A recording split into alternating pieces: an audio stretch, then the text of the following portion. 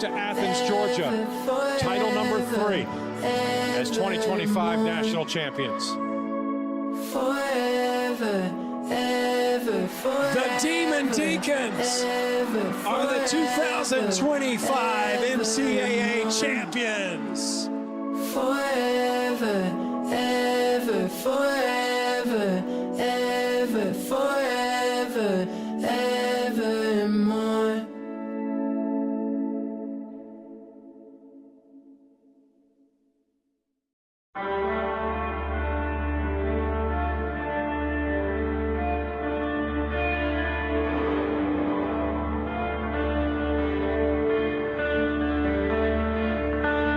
Signature move from Jay Friend. Jay, incredible job by both of you and the team today. As soon as he steps on the court, he's very confident in himself and his abilities. Like, he is one of these unbelievable players that I've had the privilege of coaching, that when he gets it right, I mean, he really takes the racket out of everyone's hand. This has been one of my favorite tournaments over the course of my college career. I've always done pretty well here, and we have this really, really good relationship where I trust him with anything I do. Whatever it is, we'll take it. If it's good, we'll take it. If it's bad, we'll take it, whatever. Okay? Let's go back. Come on. To be able to put match after match after match at good level and put myself in a position to win the tournament. That's it. Jay Friend, Arizona senior, is your 2025 ITA All-American champion here in Tulsa. I didn't have very high hopes. I didn't have very high expectations. And then to add on to that, doing this documentary with you is like, oh shoot, like I can't lose first round. That was the main goal. I can't lose first round for this documentary.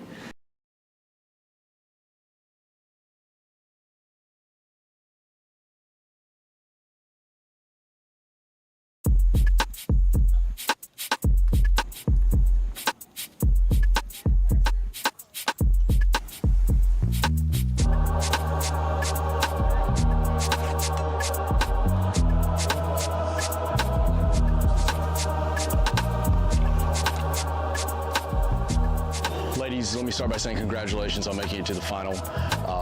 Everything that we do today will be the same that we've been doing, in that you will still make your own line calls as you've been doing. If you wish to challenge a call, please do so immediately by saying challenge or may I challenge. Texas, that is heads, and that is tails.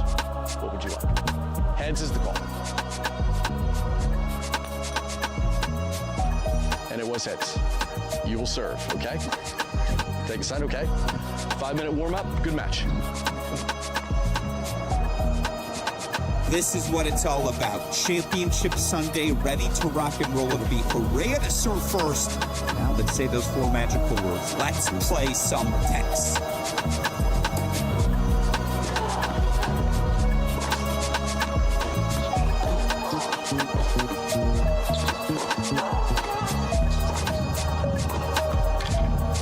Just gotta change it once in a while, which just helps go a bit better. Just recognize that. Thank you. Full control. Great pass. Time. Here we go, Clark.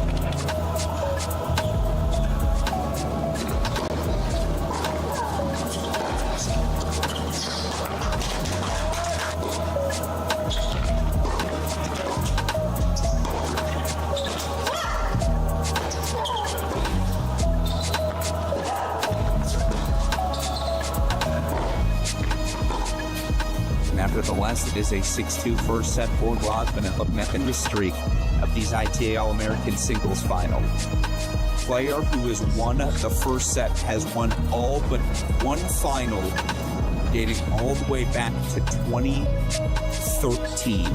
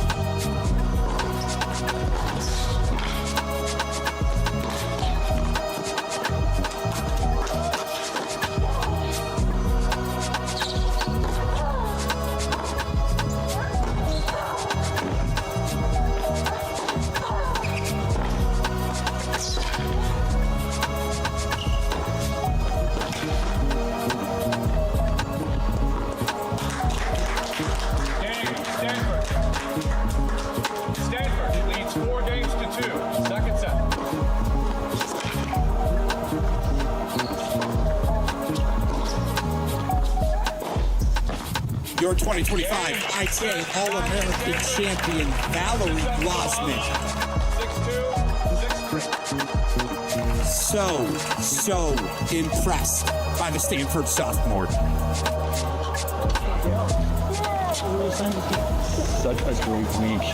Best player in college tennis. Good job. So proud of you. So proud of you. You've always, under the integrity of the swing, the way you're at position, is at a different level. You're good stuff.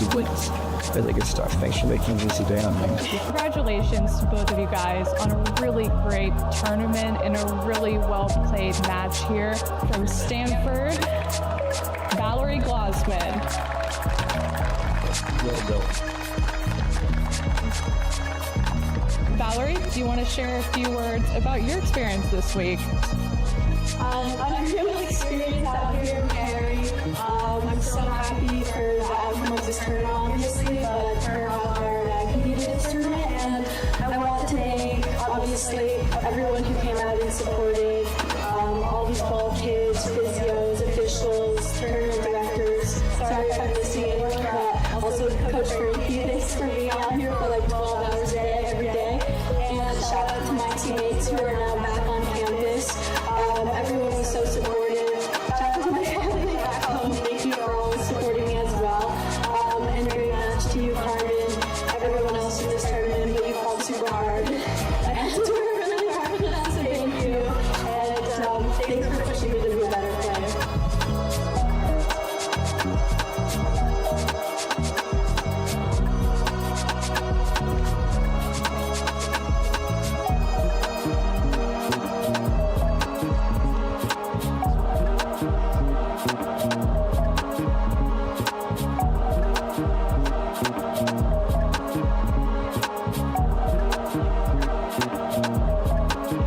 Hi coaches, Dave Mullins here, ITA CEO and President. I hope you had a lovely summer and preparations for the college season ahead are going well. I know you have a lot on your plate and your minds as you're trying to navigate all the uncertainties of college athletics right now.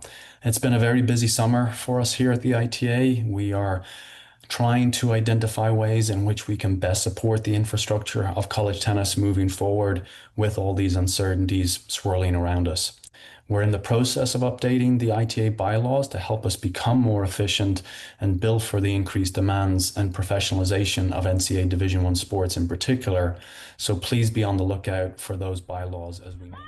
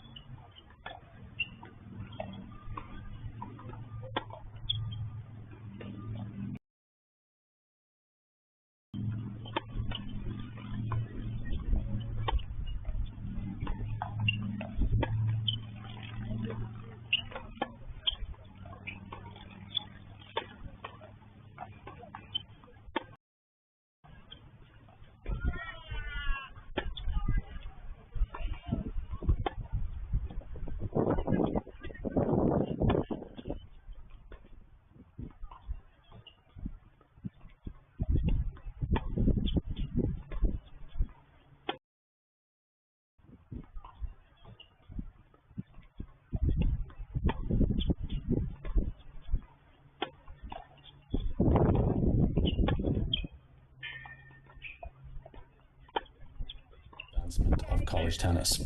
So I know some of that sounds like corporate speak. I get that. I will provide a more comprehensive update later this fall. Like I said, just lots of moving pieces going on right now, and we want to get it right. So thanks again for taking a few minutes to listen to this update. As I remind coaches all the time, we're all the ITA, not just the ITA staff. We can't operate without your commitment to volunteering on all the myriad of committees, hosting college tournaments, leading your programs of great distinction in each of your communities. So I hope to see you in person at our events later this fall, especially our ITA Coaches Convention from December 5th to 7th here in Tempe, Arizona. So best of luck with everything you have going on.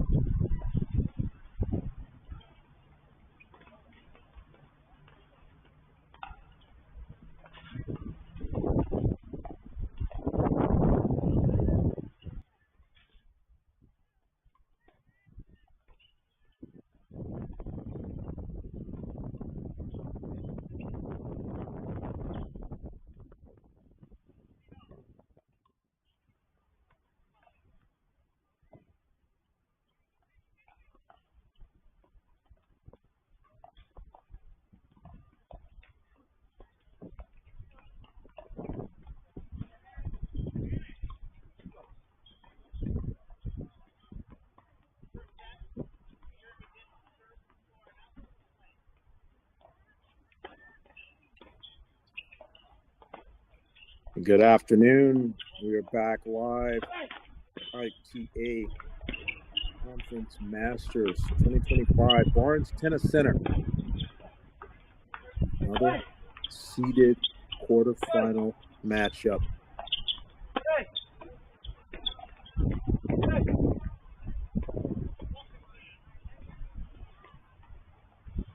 Emon van Loben Sels, and he is from UCLA and the number 3 seed, taking on Jeremy Jin, number 6 seed from the University of Florida.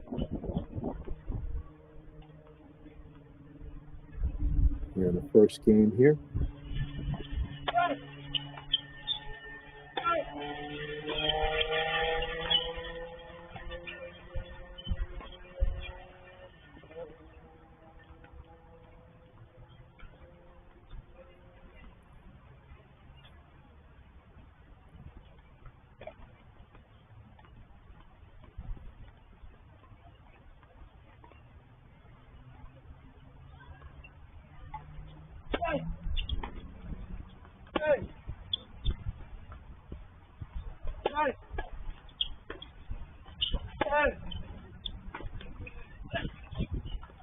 Oh, it's a great backhand up the line.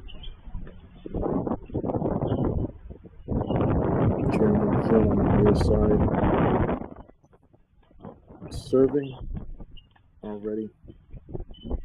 Facing a bunch of break points here early on.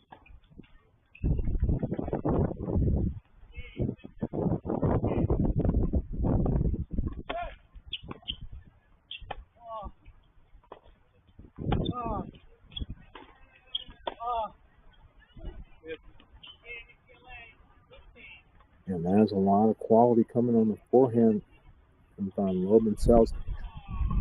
I can see a little bit of breeze in the shirt of Jin as he was serving that game. So I feel we may be dealing with a little bit of breeze coming off the highway in the water here at Barnes Tennis Center.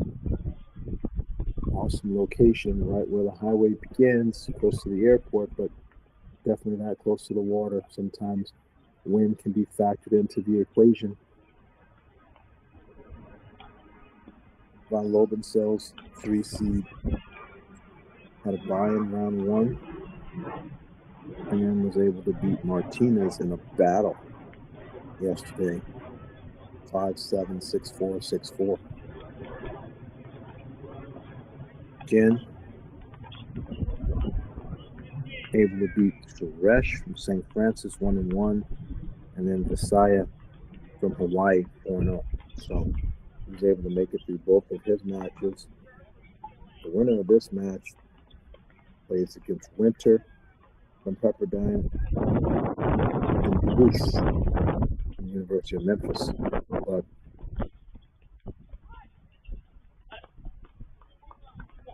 the NCAA berth on the line here, as 4 NCAA qualifiers from the semifinals advance. They'll play this draw out to completion. So they'll be a champion, but most certainly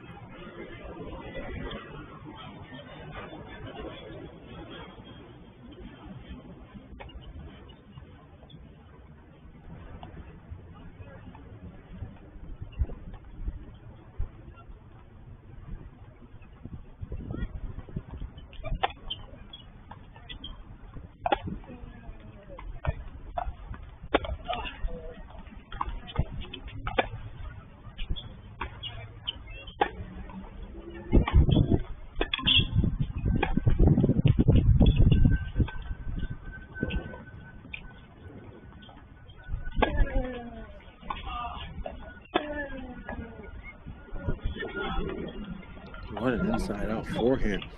Van Loben Sels showing counterattacking, defense, and offense all in one point. Already up an early break here on Jeremy Jin. Jin, the Aussie junior.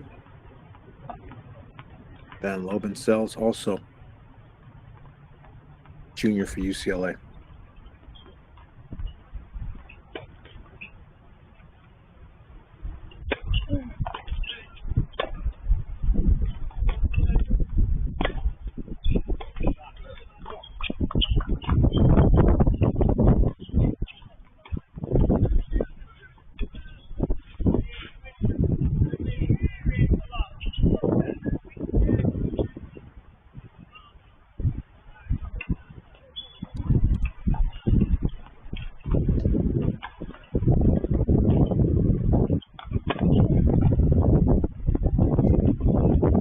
Big time serve and a love hold. And Loben Sels making a statement here early. Breaking handily and showing a variety of big forehand, big first serve, and defense.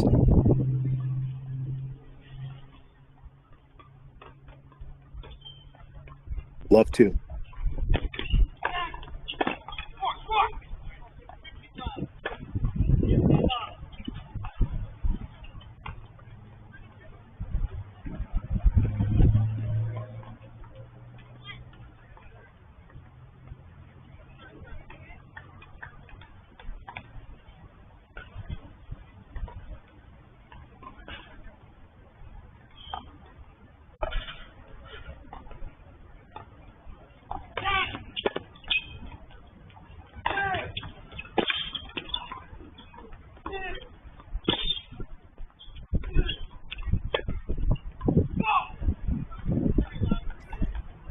Good pressure from Jen.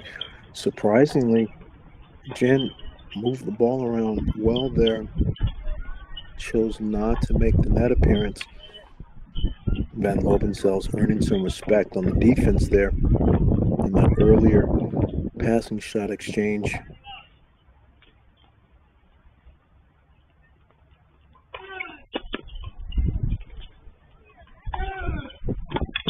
And here he comes. Yeah, that's good pressure. I just, frankly, in our earlier match on the women's side, I was treated. I was a little spoiled. Mushika, who qualified earlier today over Harmon, took every available opportunity to transition and come forward with reckless abandon. She did not look back. So frankly now, I'm probably a little commentator spoiled today.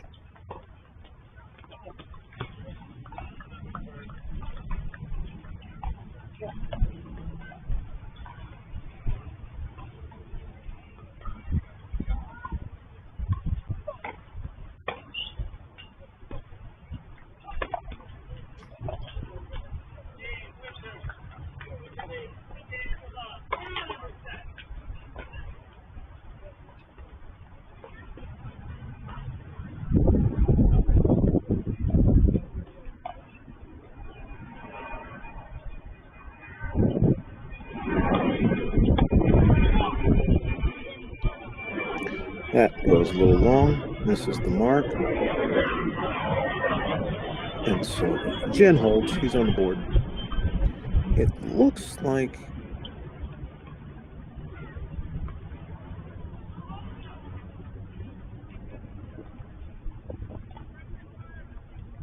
it's a little tricky to determine just yet who's coaching the players. I'll get back to you on that.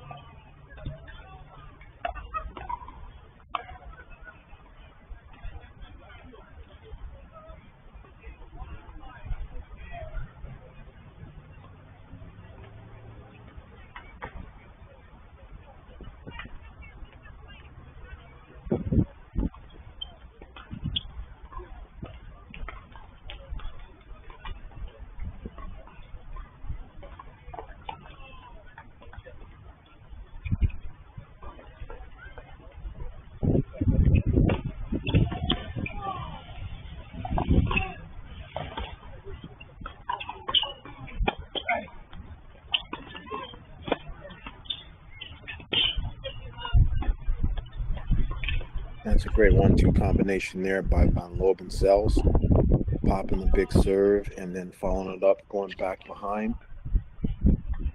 Coaching staff on UCLA is Billy Martin, Ricus de Villers, and actually Billy Martin's son, Will Martin. So I'll study carefully and see if I can determine which coach is coaching. Again, there's sectionals going on, so Probably two of the coaches are at the sectional, and then one would be here at the ITA Conference Masters.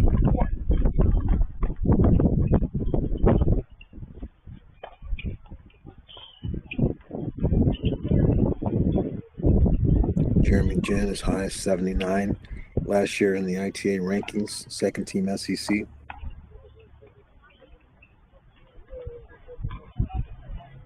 The Gators, NCAA champions a few years back at Lake Nona in amazing fashion. Ben Shelton clinching for his dad.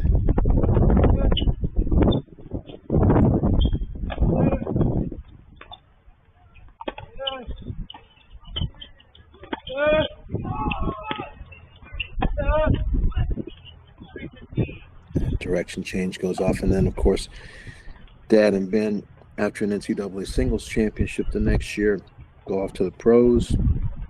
In comes Adam Steinberg, and Adam is joined by Coach Rossi, who moved over from the Atlantic 10 Conference and the VCU program, and Coach Collar.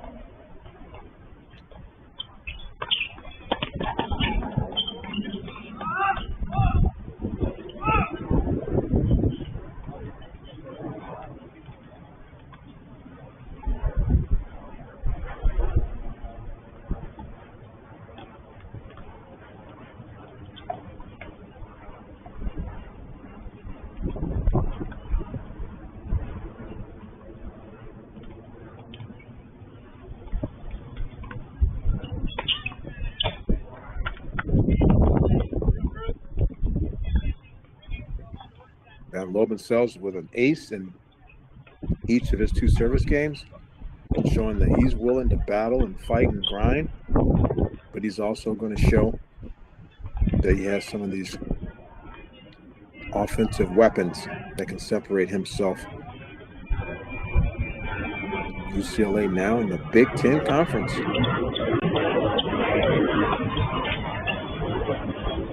That's great. Nice disguise by Jen on that forehand. And not only did they come into the Big Ten Conference, they came in with a bang, upsetting Ohio State at Ohio State and breaking their home winning streak. That was quite the story. Loben Sels actually clinching over Alexander Bernard last year in a dramatic 4-3 4-hour duel.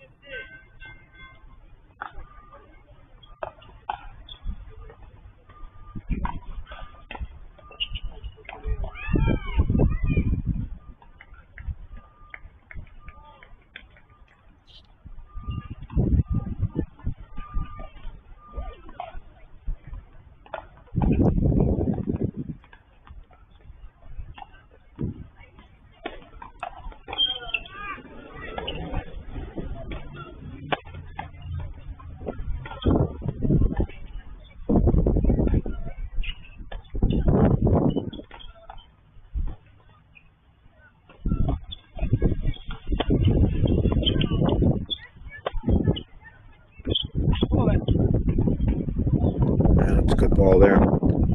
Jin's rather steady, composed, good fighter. Plays an up-tempo baseline game with occasional net finishes. So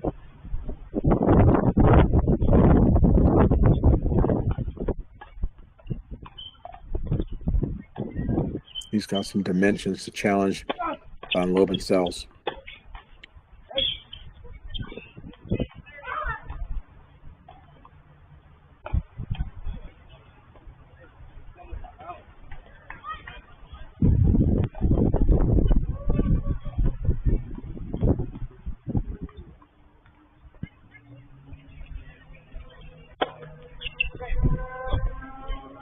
That's a great serve.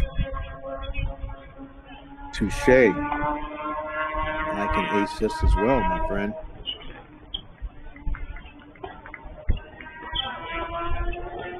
Jen holds.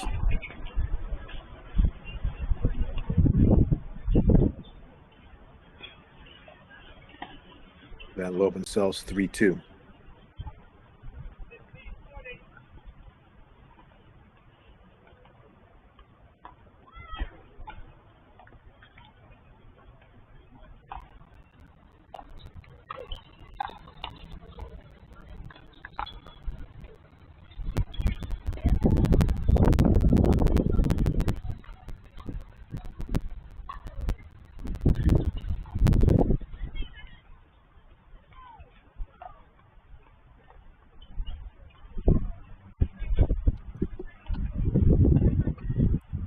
Just a perfect, beautiful day in San Diego.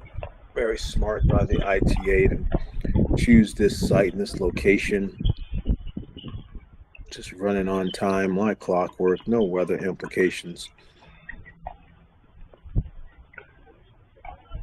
On the men's side, quite a few players in this Conference Masters are actually playing both singles and doubles. So it was a fairly long day for some of the players yesterday to get through 2 singles and get through a doubles.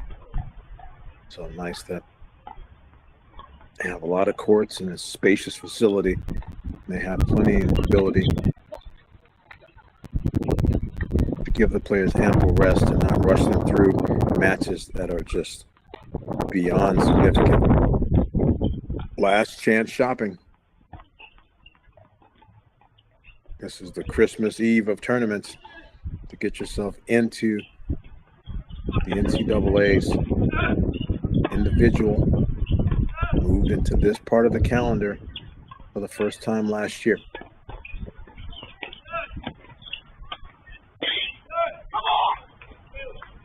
And that is in.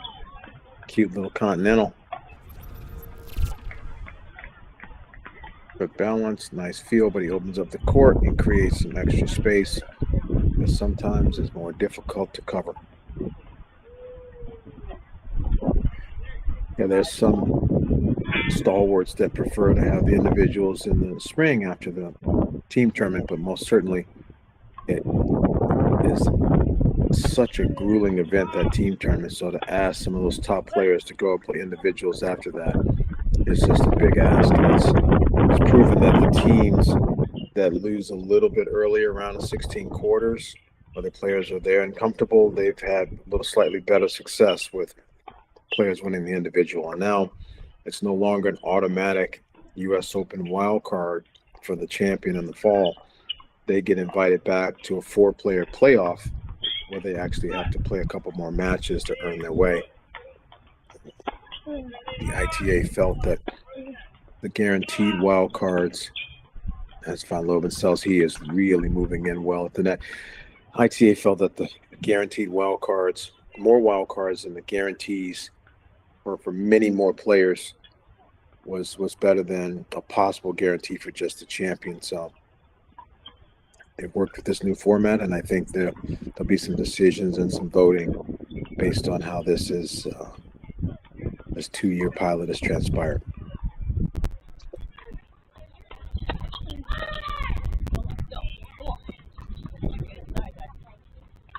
And Loben Sels has had a great recipe so far. 1 big forehand a game, 1 free service point a game, 1 transition to the net a game. And he holds for a 4-2 lead.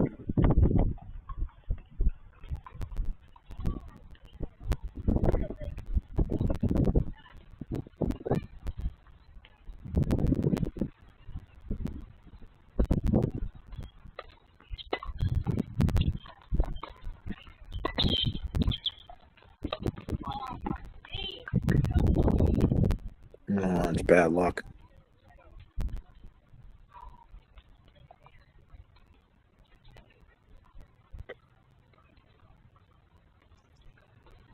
I think Jeremy Jin's on the side where the sun's in his eye at this time of day.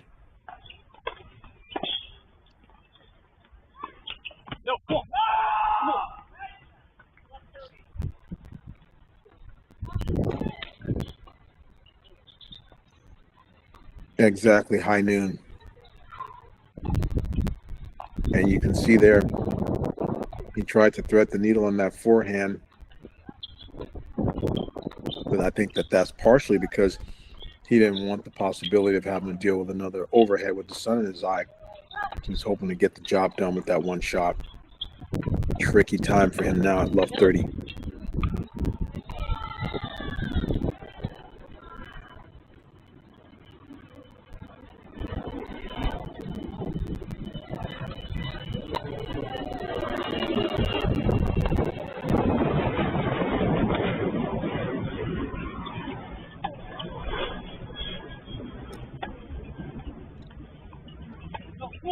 Come on, let's go. Van Loben Sels rock solid. He has come out playing a very high level. Again, these players were not able to get the job done at All-Americans and at regionals, so they are here.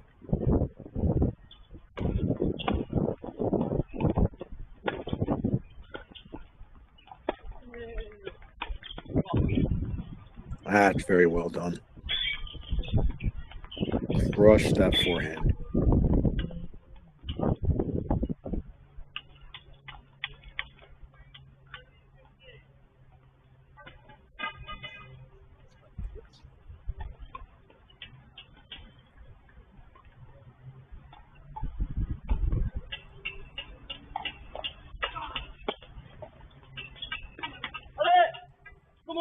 Come on.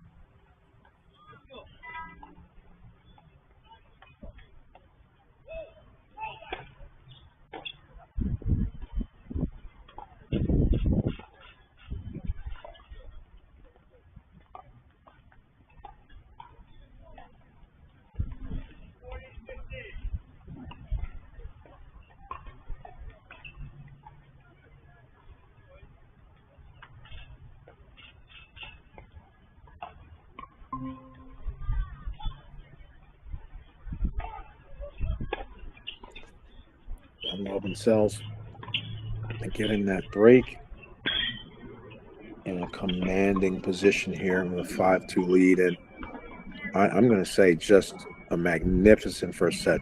Under 5 unforced errors, variety and aggression in so many different categories, and really just a comfortable, confident demeanor. He's behaving like he believes he's the one that's supposed to be moving on here, and now putting quite a bit of pressure on Jeremy Jin to come up with some answers on what he's going to do. His service game now being broken twice, trying to figure out what's the right combination of serve location and first shot to keep Van Loben Sels off balance. But so far, Jin doesn't have the answers, and Van Loben Sels is in the driver's seat. Serving here 5-2. Looking to close out the first set.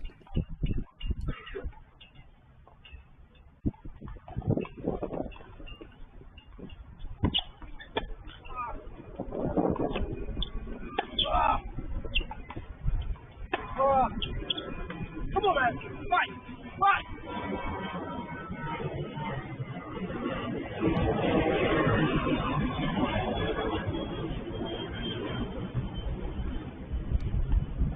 First point to Jen.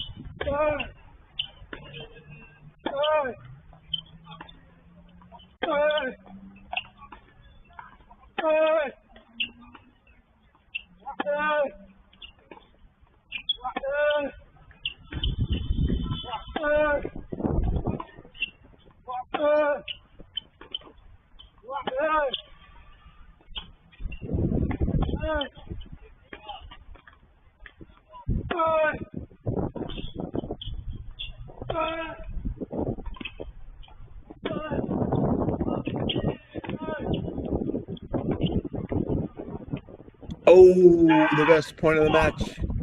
Jen pumped right now, showing some emotion.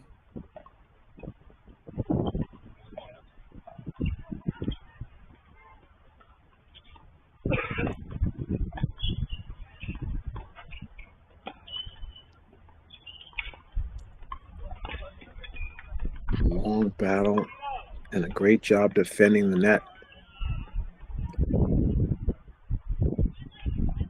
Van Loben Sels misses the passing shot. Love 30.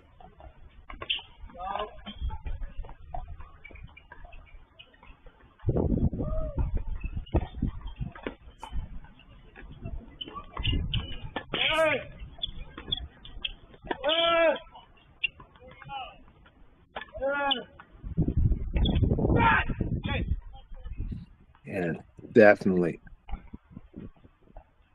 So far of this first set, the worst game from Van Loben Sels at an important time, closing time, and playing a little loose. But Jeremy Jin has something to do with it. He's played well and won that big momentum shifting point at love 15.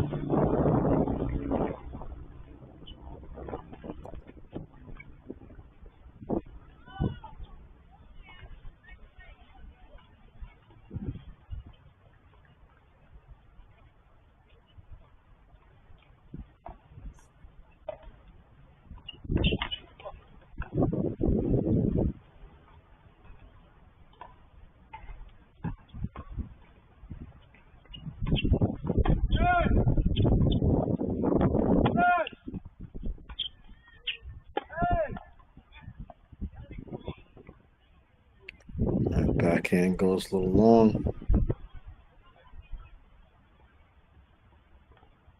Tried to guide it, didn't accelerate.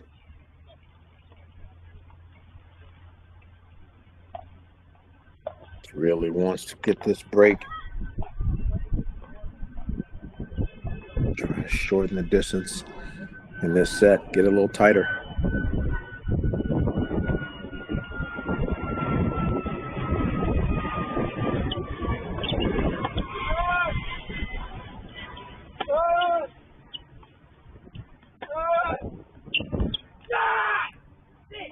And there it is, there's the break. Great job by Jin, but I think that he just picked up a little moxie after winning that love 15 point.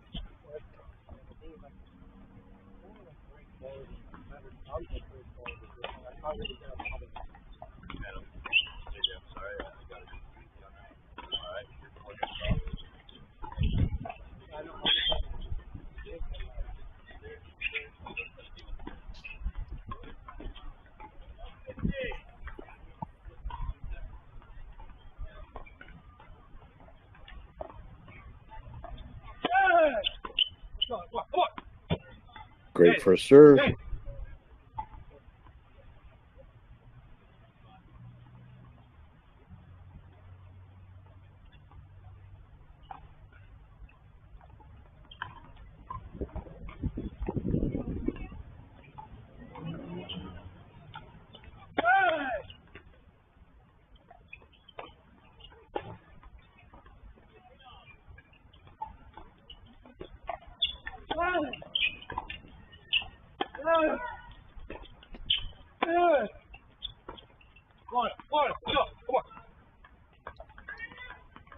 Jen definitely having some pep in his step.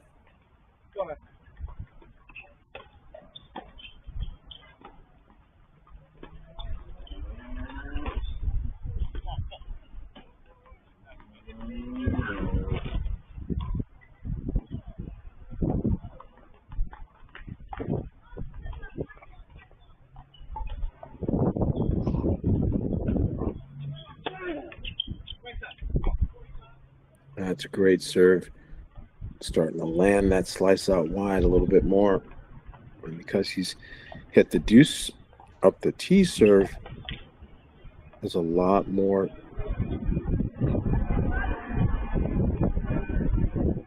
space for Van Loben Sels to cover on the returning end of things.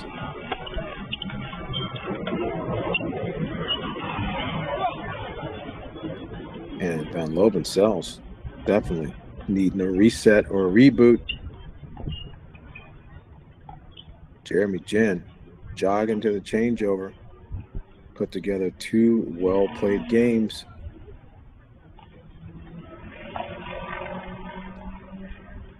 Now we're getting to the business end of this set. Van Loben Sels.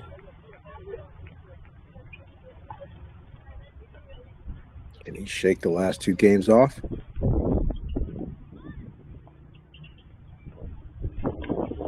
Can Jeremy Jin push this first set into extra innings?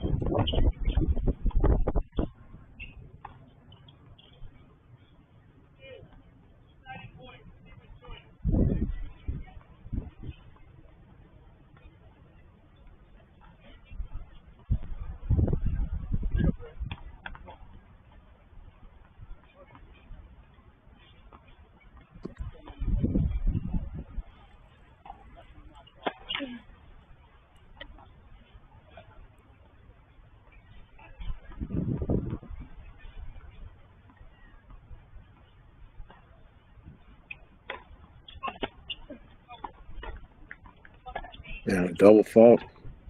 Toss is a little bit too far forward for the kicker. And this is definitely a tough momentum shift.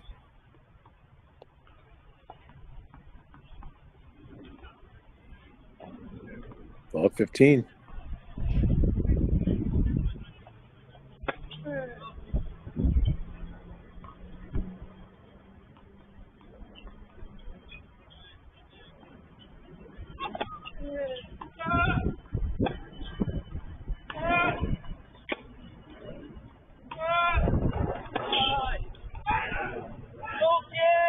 And he tries to be steady, but physically let down a little bit, just decelerating on some of those backhands to stay on the point. Footwork dropped a notch. Jin was able to step up and move him,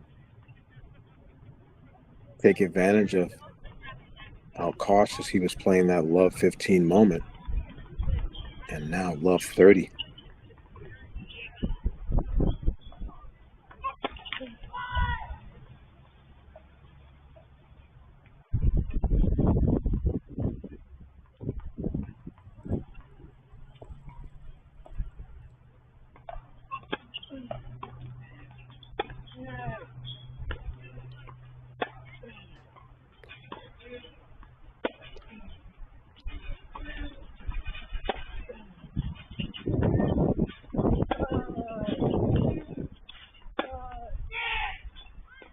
Wow. And Jin being solid and competitive.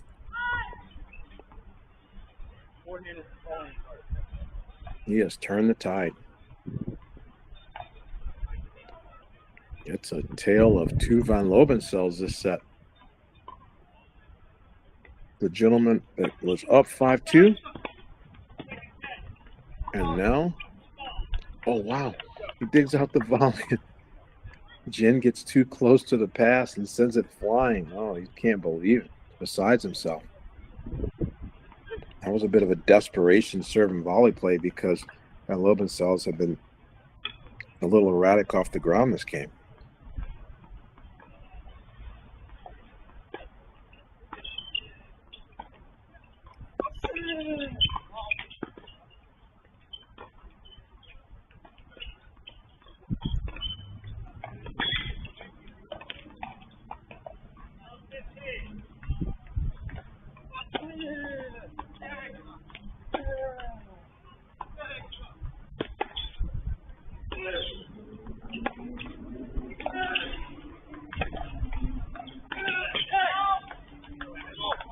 Well, that's a little better.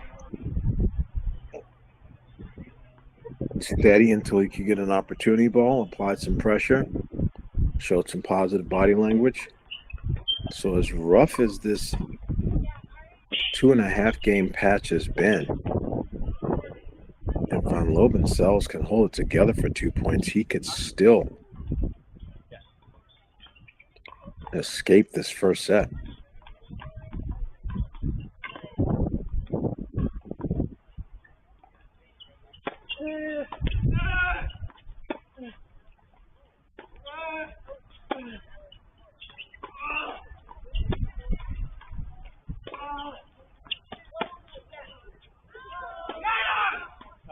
Oh, and he goes to hit the high heavy, takes his eye off of it, shanks it. Oh dear. That was a shank.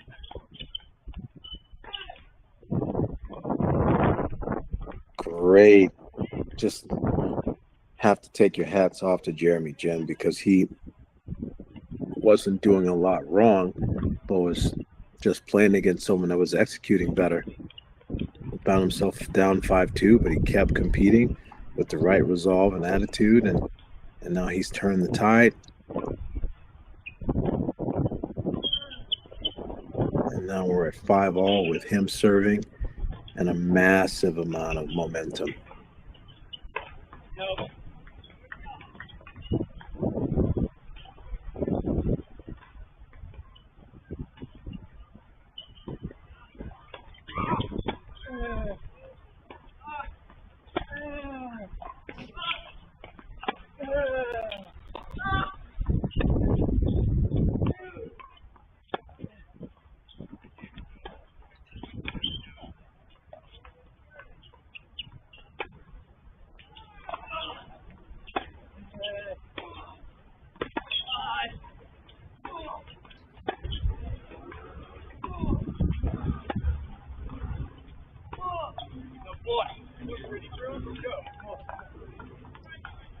That's a big point. That Loben Sels had not been solid in recent moments. Needed to prove that he could grind out a point.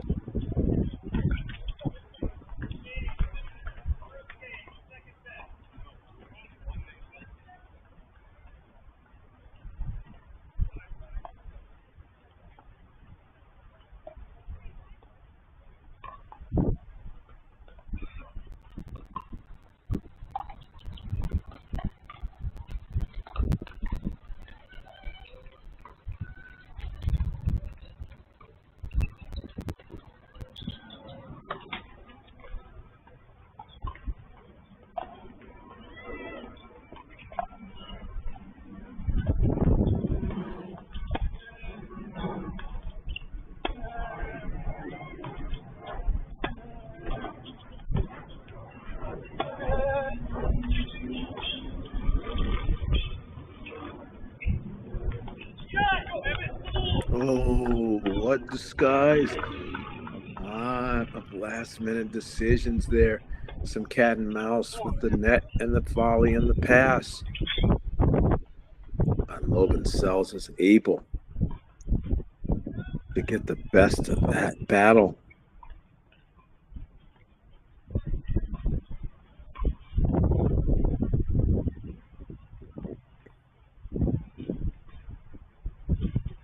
Put his nose out in front. Game number 11.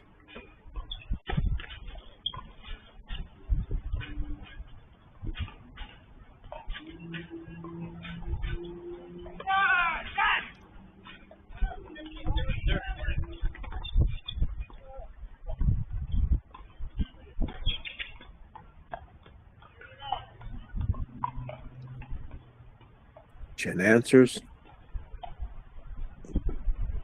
15-30. Come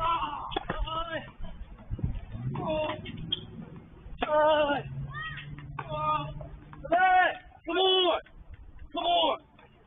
Let's go. Trying to maintain his depth. He misses it long.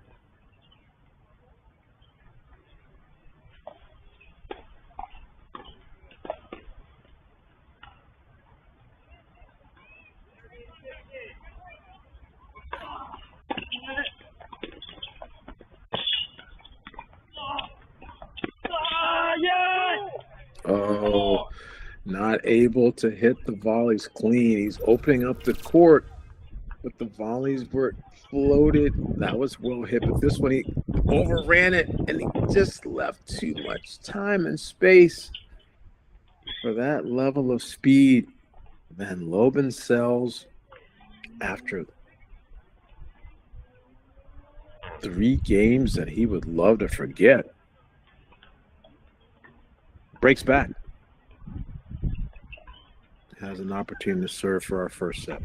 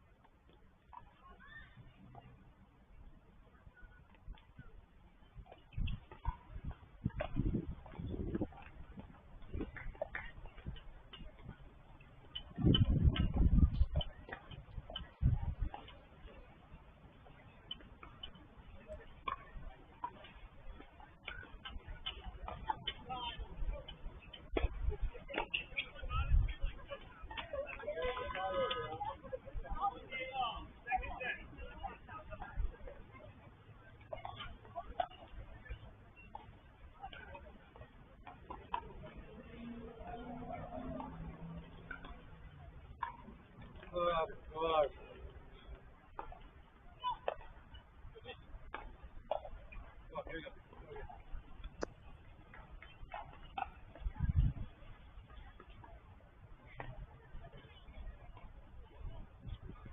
6-5 for the Bruin.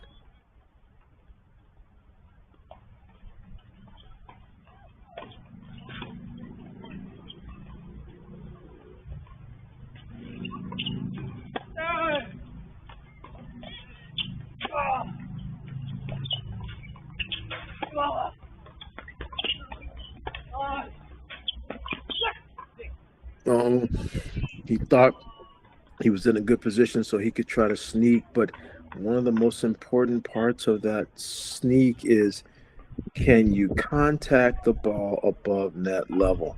If you can't, it's a much more difficult transaction. It's a much more difficult point to win. He misjudged that. He could have actually stopped, let the ball bounce, and then taken care of it, but he was getting up there quick to volley. Just wrong position in the air. It's a tough judgment mistake there. So, love 15.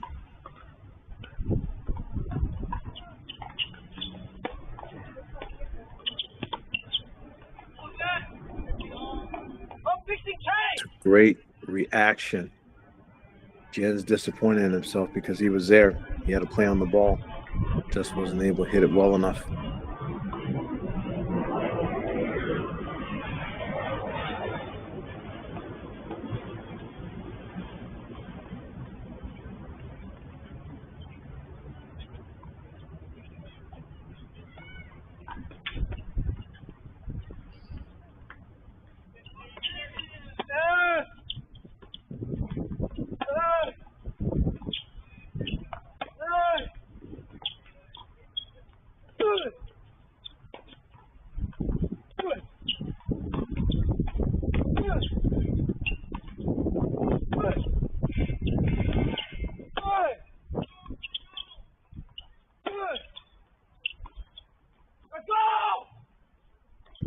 Good patience, good directionals.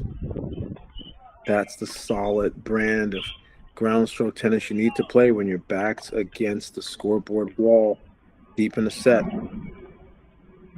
You put up all the competitive resistance you can and see how your opponent responds.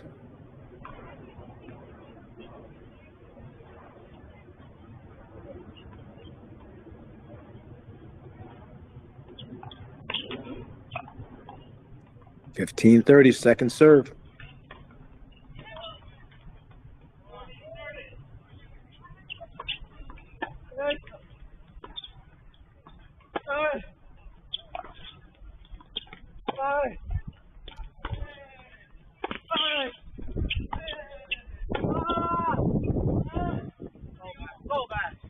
There's that big forehand.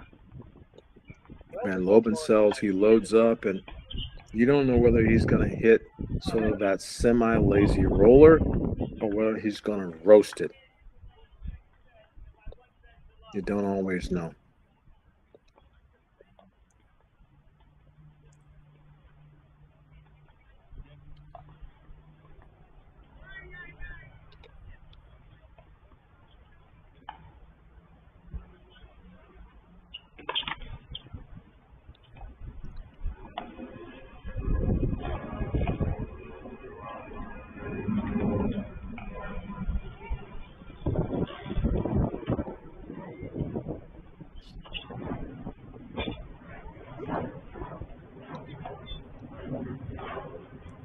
I can't say that there's ever a good time for a double fault, but that most certainly was a bad time.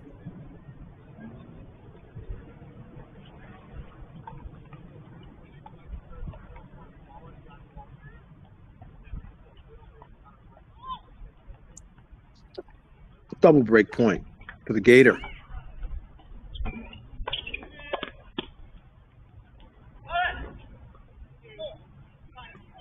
Able to hit a great first serve spot.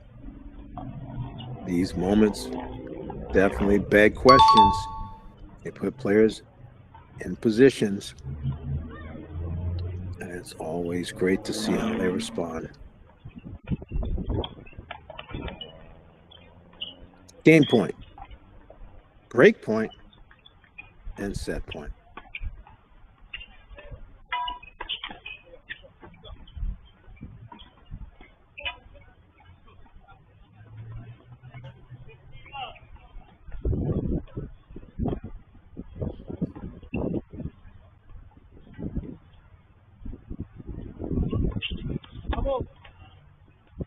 Oh,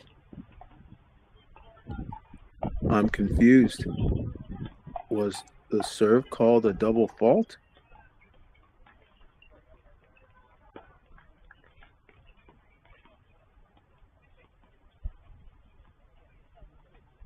I guess so.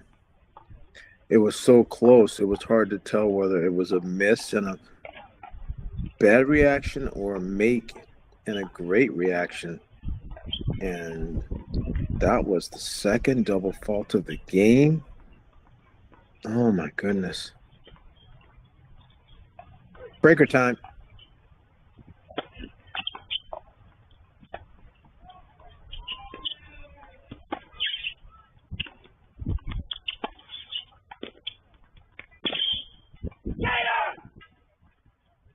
Oh, Jen is riding the wave.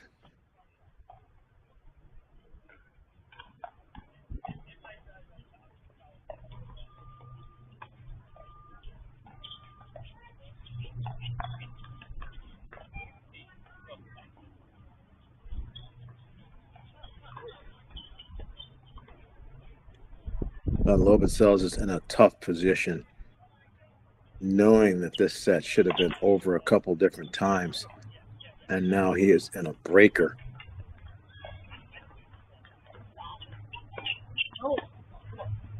And double faulting left and right. Got to hold it together.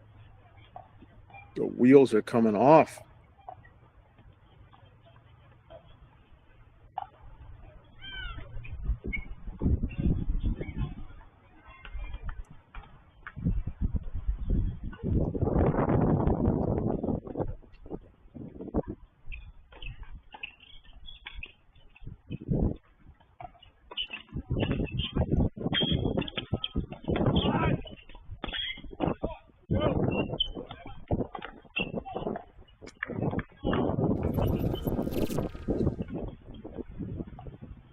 Big serve out wide.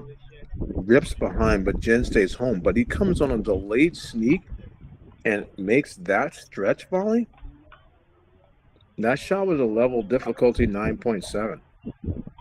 But just a routine second serve, he's not been able to make. So in tennis, you have to take care of the basics and then occasionally be spectacular.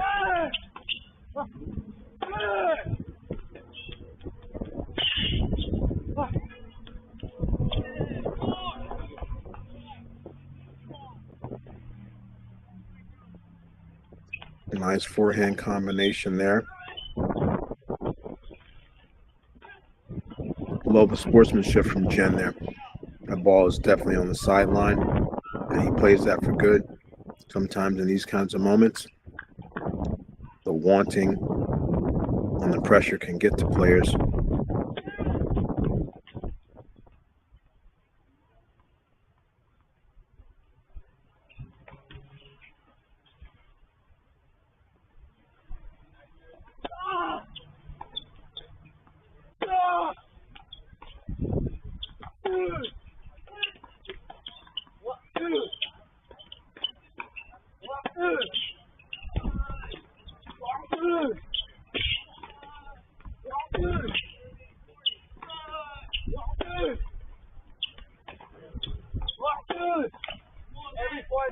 The high heavies.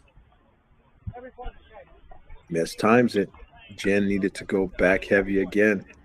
Keep maintaining the height.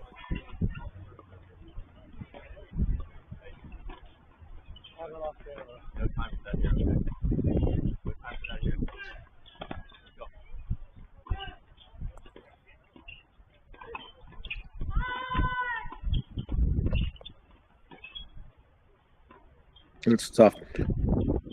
Coach working with Jen has his hat so low.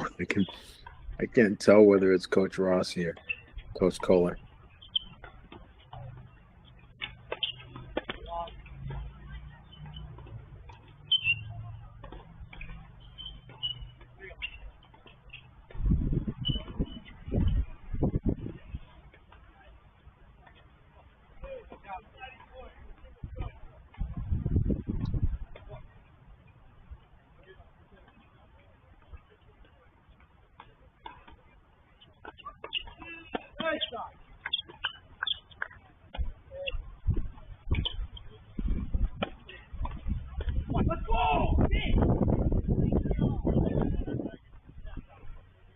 well-organized point. But the volley goes wide. Jeremy Jin, a 4-2 at the turn.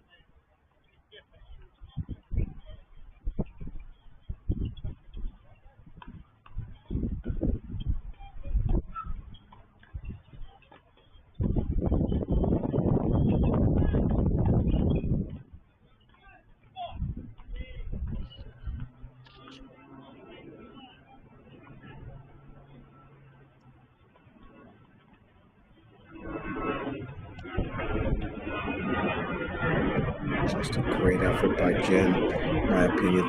His body language, his effort, his demeanor, unflappable, hasn't changed. He's been the same player from ball one to current moment. I think Van Loben Sels has had quite a roller coaster ride.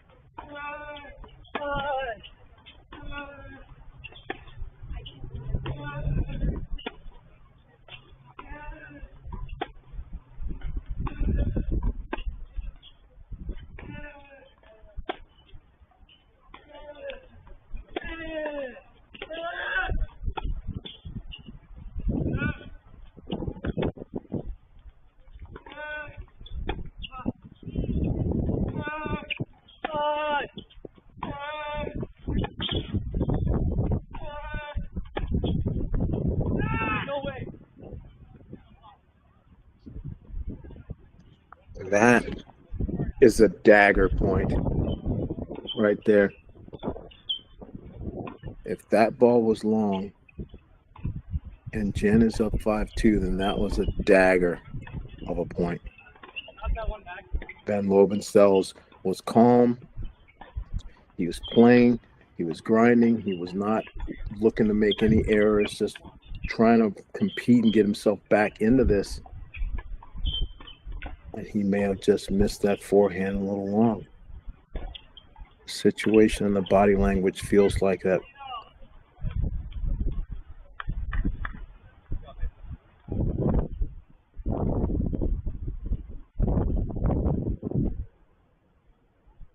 So yeah, I'm unsure.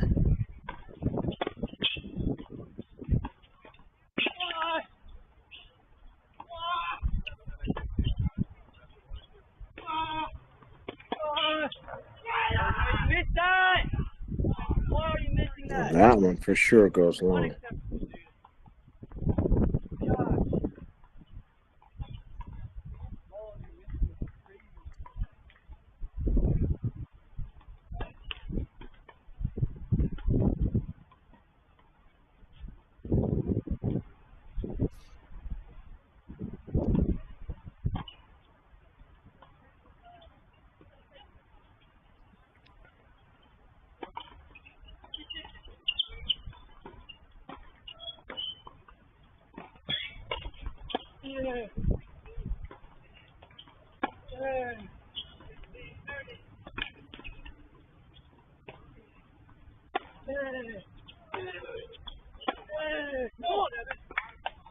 Oh, what a forehand. That's where I think Van Loben Sels was off to such a great start in this match, because he could stand in like that and you just didn't know when he was going to go heavy cross versus shredded line. I think there was a fair amount of disguise that it's hard to read off of his racket, but he had really, after 5-2 up in the first, kind of lost that forehand that's been so formidable was missing. And now on the back end of the score, he's starting to show some guts. This is like Gladiator now. Braveheart. We're going all the way to the end till we see one man standing. 6-all, 5-all. Van Loben Sels in the near court Jeremy Jin in the far court. Quarterfinals. Oh, that's a good pass. Get it down, make him have to play the volley somewhere. Someone comes in like that, make them play. Transfer the pressure back to their racket. That's what Jin did, and he and Coach Kohler, I've been told it is Coach Kohler. So glad we got that sorted.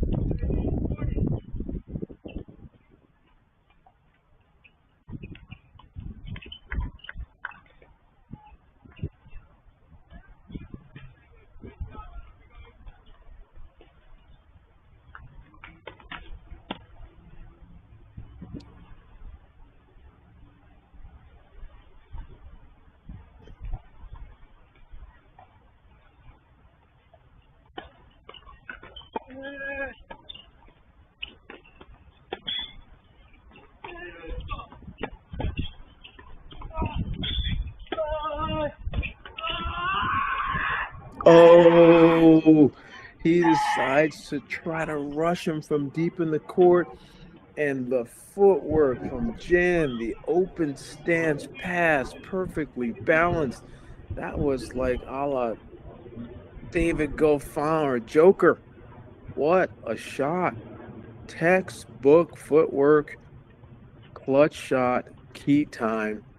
Hung in there from 5-2 down and found a way to get over the first set finish line. First set, Jeremy Jin, number 6 seed, over Emon van Loben Sels. What a turnaround.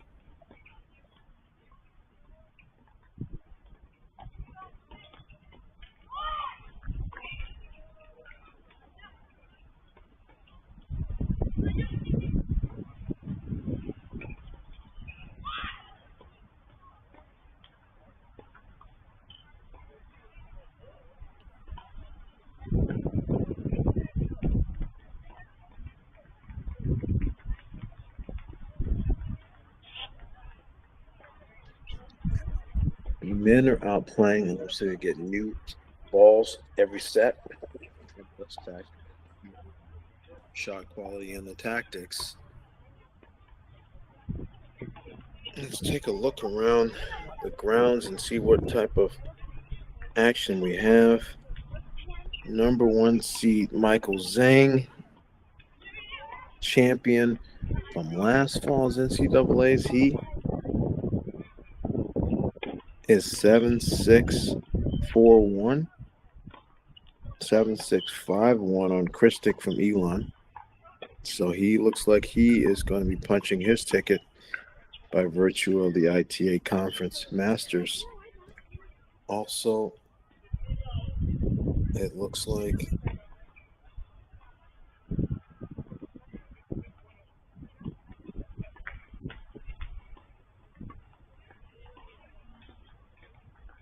I guess it's just those two right now. This one and that match. Oh, Edward Winter, 6-2-3-2. And Martin Baroshuk up 6-4-5-2. On the women's side, Asago Mert from Georgia, 6-3-7-5 over Cincinnati's finest, Shyla Agarwal from Yale, and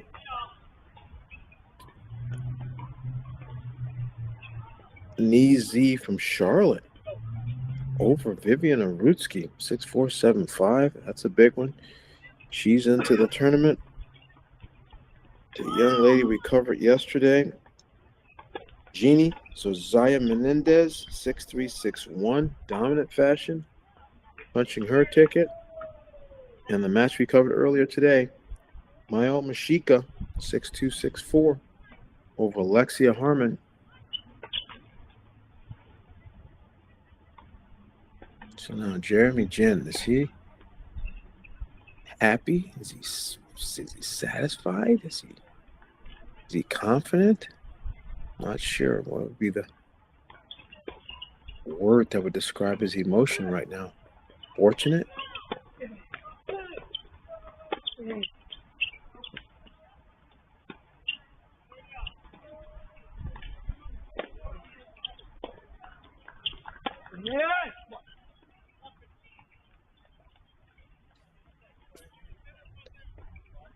But I really like to see how Ben Loben Sels mentally handles the early stages of this set, knowing now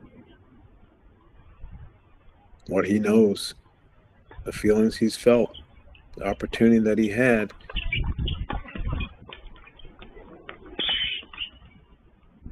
That's a great first volley. Excellent speed by Jen to get there and make a play on it, but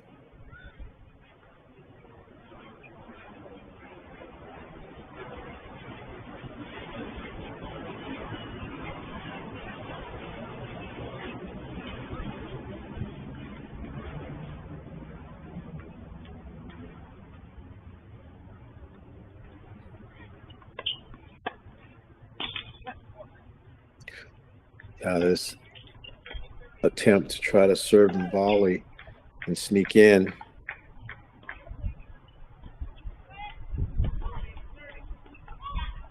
It has me a little worried if I'm in the UCLA camp. Does Van Loben Sels not want to play the baseline, or does he think that with the new balls he would be able to effectively serve and volley? I'm not sure.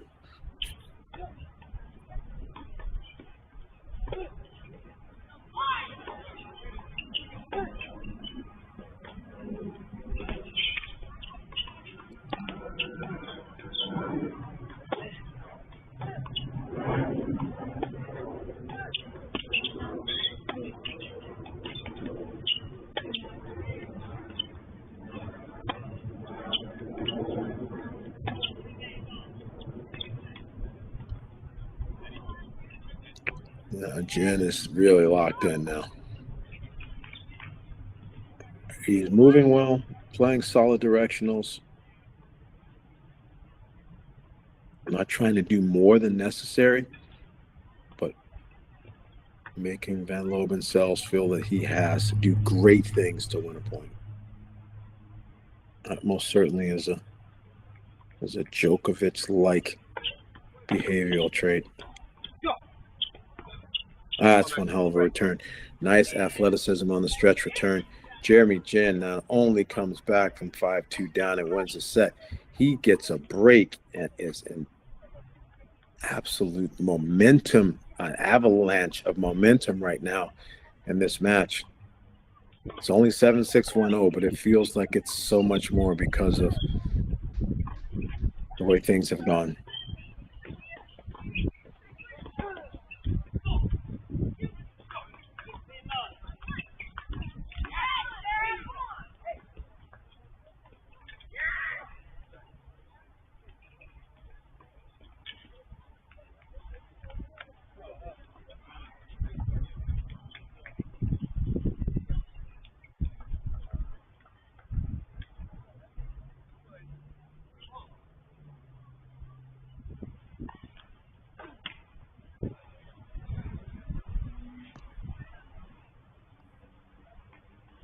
And looks like Martin Baroshuk from NC State has punched his ticket. Number 4 seed already advancing.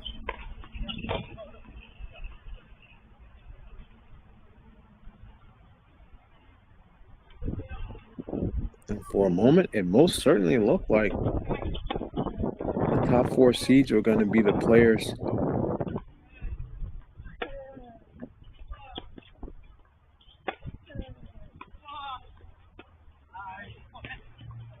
that are moving on. But now, I tell you, a young man, a highly touted young man from UCLA is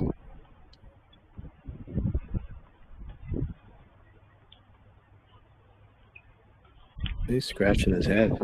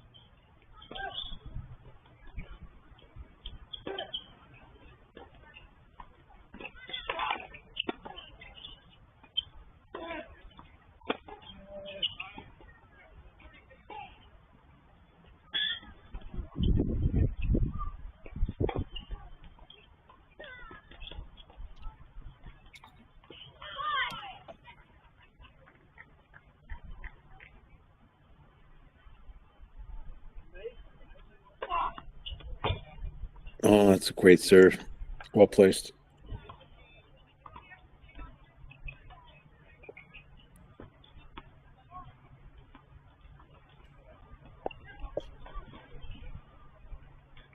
Sneaky good serve Jen has. Simple delivery, moving forward. It's not a 130, but he's more of a spot server.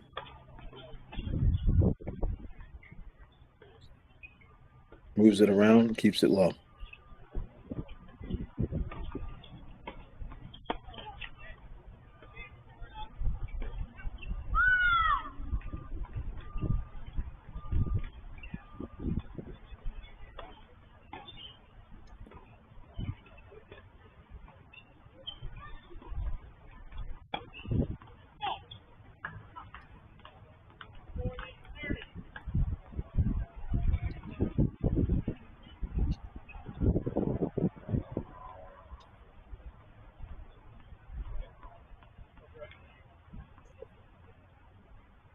Jen holds, and it's 0-2.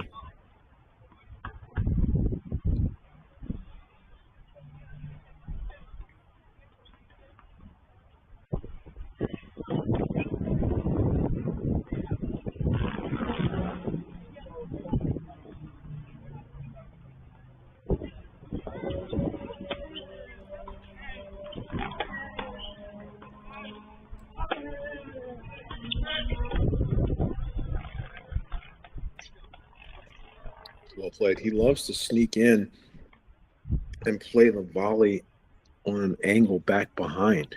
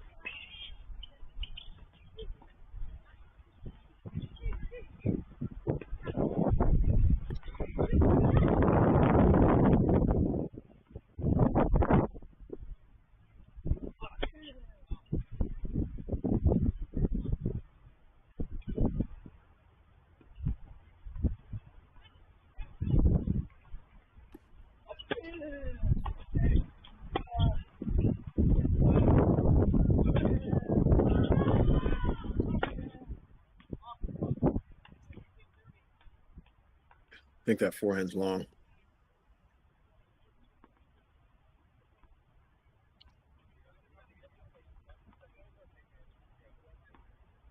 Dangerous moments for Van Loben. Sels does not want to go down 2 breaks here in the second. has to find some way to hold it together.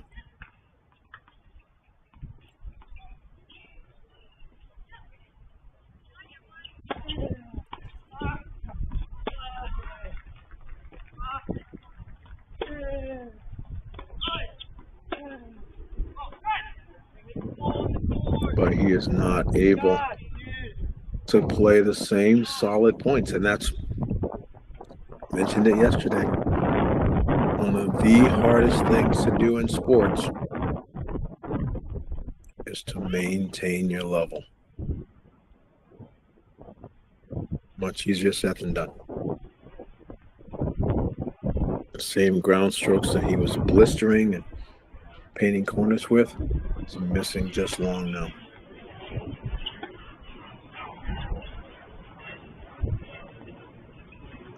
And I don't think his technique has changed.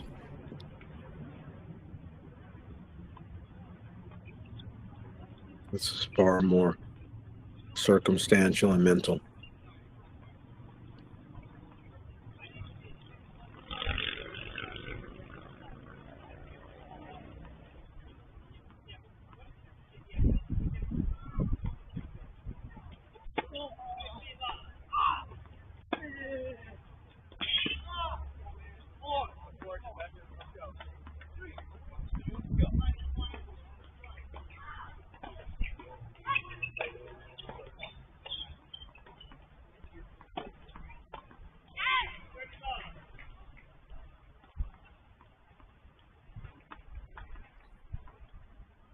Deciding point.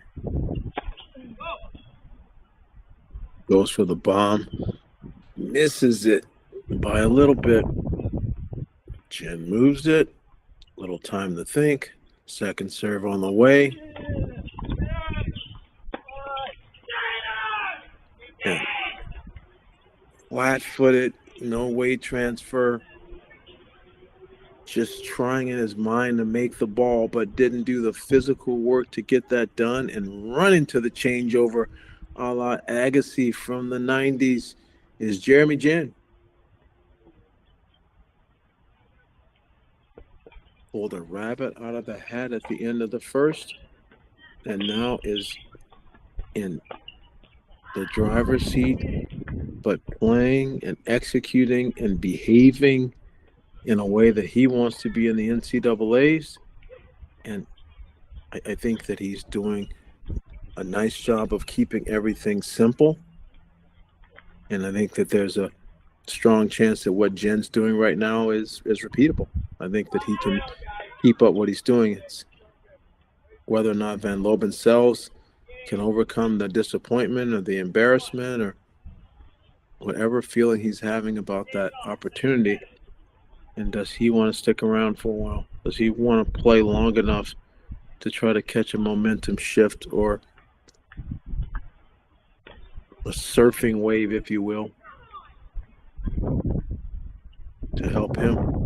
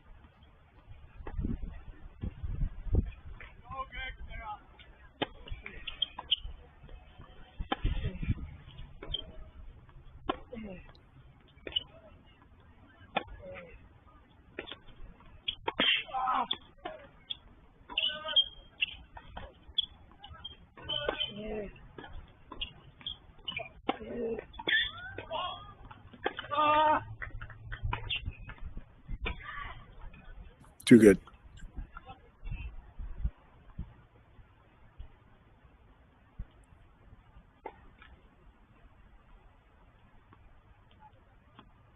That's what he's going to have to try to do.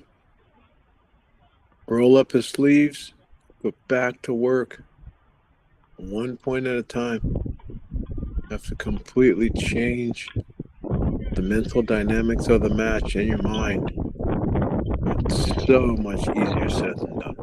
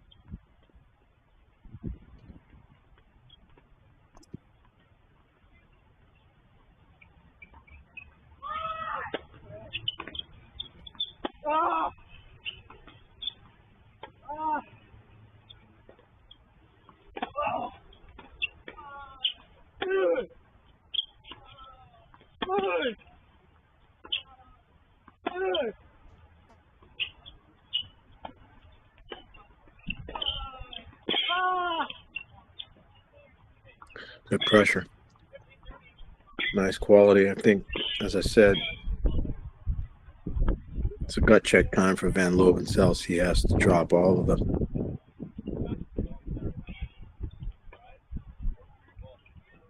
mental angst that he's had from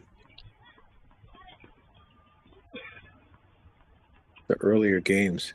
It has to be in the past now. It's just not that easy to flush that.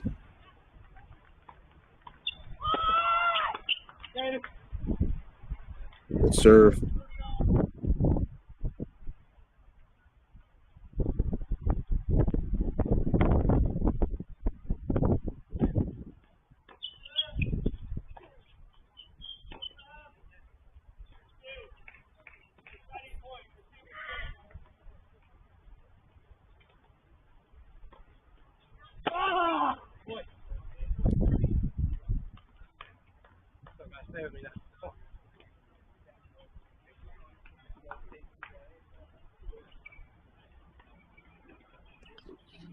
Michael Zhang was able to get it done. 7-6, 6-1. He joins Baroshuk.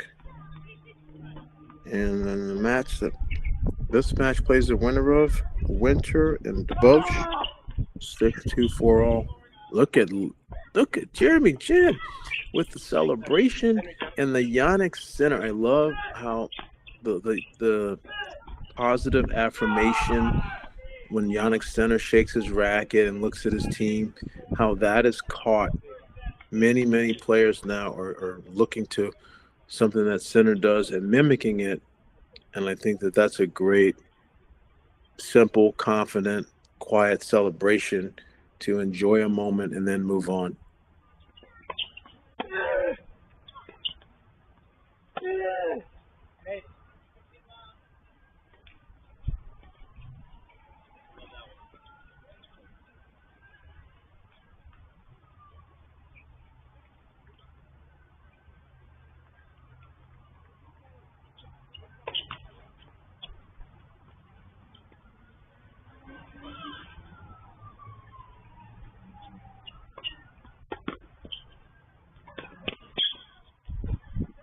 That's well done. Great shot.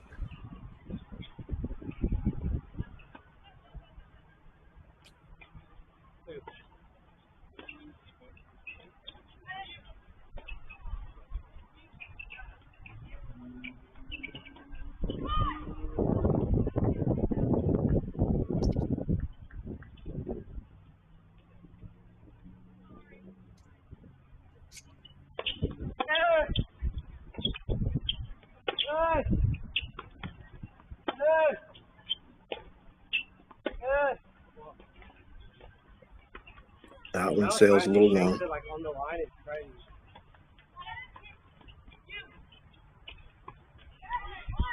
So use a string.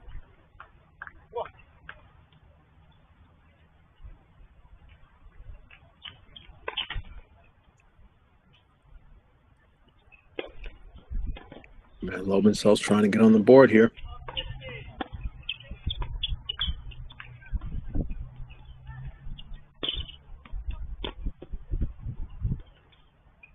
And the bagel goes to a breadstick. 7-6, 4-1. Jeremy Jin.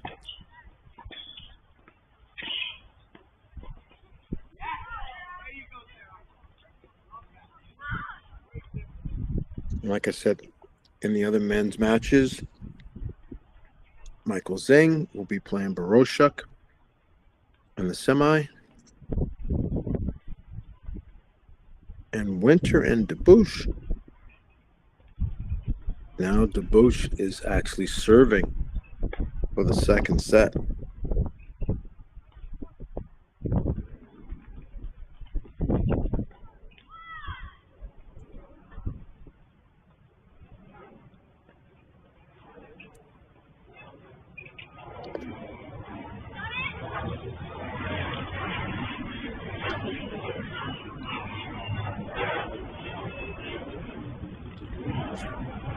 I think there's some strategy on the coaching end to making the decision on whether you take one of your top players and have them come play this conference masters versus going to the sectional.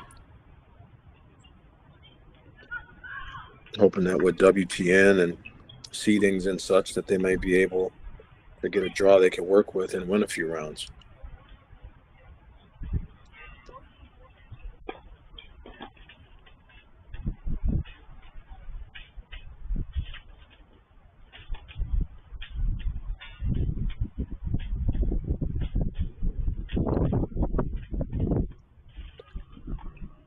But again, having every single one of these NCAA spots being from earned advancement does make a lot of sense in the fall, just because some players don't have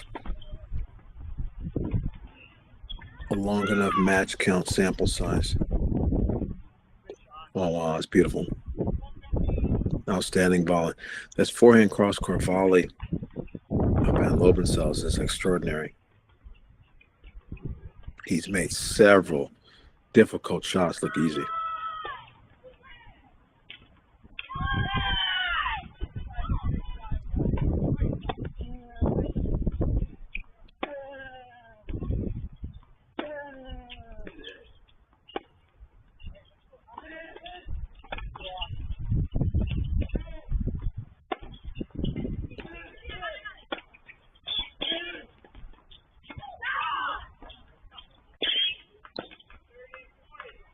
Wow, that's great athletic tennis. And these players will most certainly watch some Carlos Alcaraz videos, ripping and then the drop and follow and then anticipate and cover. You can try that at home, but I'm telling you, most people will probably lose that point. It's a great level. But my comment about the coaching and the strategy in this is that if you do have a player that won 4 or 5 rounds at All-American and won 3 rounds at regional but didn't qualify and won a round or 2 at this tournament, you could have some players with 9, 10 quality wins, and they would possibly, when the rankings are run after the NCAAs, be top 50 in the nation, but weren't able to qualify because these are automatic spots.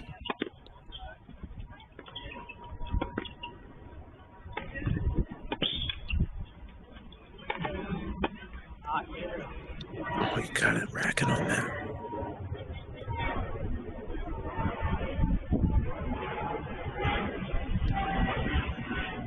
Yeah, the question that I'm going to try to get the answer for you fans tomorrow is exactly what the protocol will be to have a few alternates in case any of these players are not capable of taking their spot on November 18th.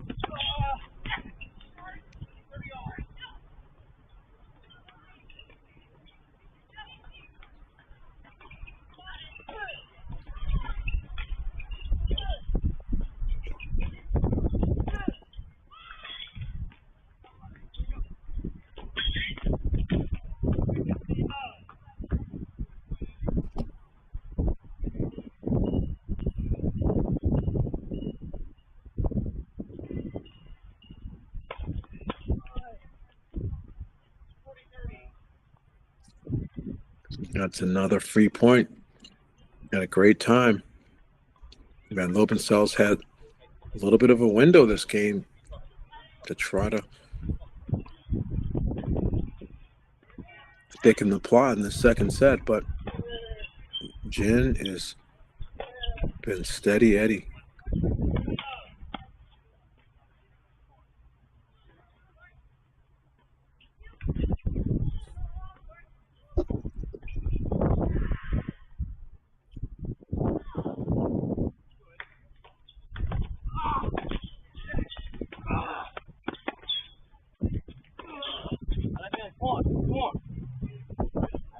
And that was called long. Forehand on the run, just missing the mark.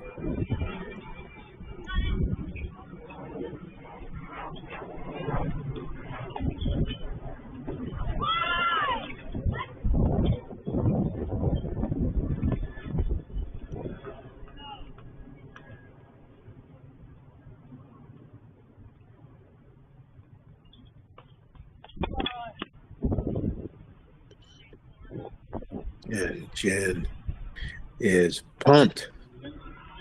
He is done an outstanding job of flipping the script, stealing momentum, staying on top of the opponent, managing himself and his emotions and his execution. This is the master class on how to turn a match around.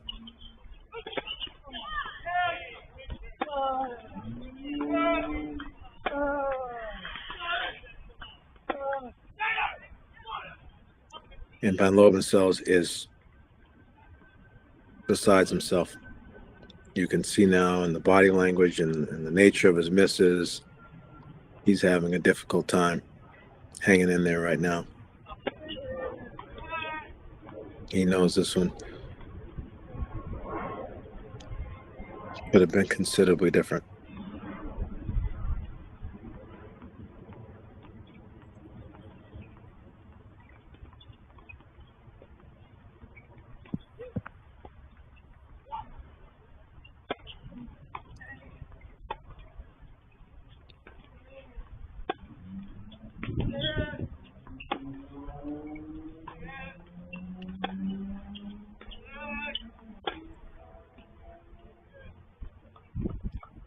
That's a great ball.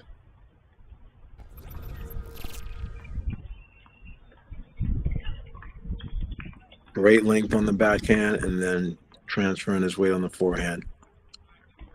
Big production to big safe targets. That's center 101.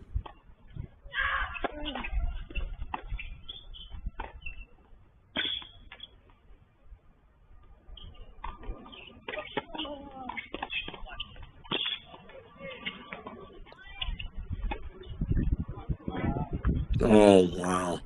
Kidding me.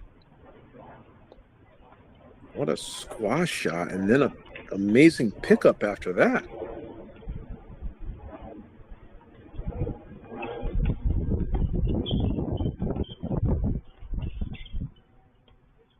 Jen can smell the finish line. 30-all.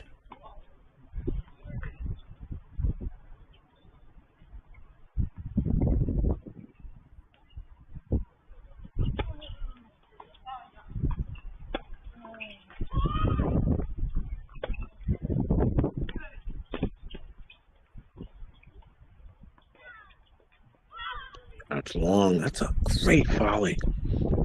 Strong below net level backhand volley. I'm not sure if Jin was just caught there. That was supposed to be a passing shot or a lob, but big credit to Van Loben Sels. He's come forward and made some rather difficult plays at the net.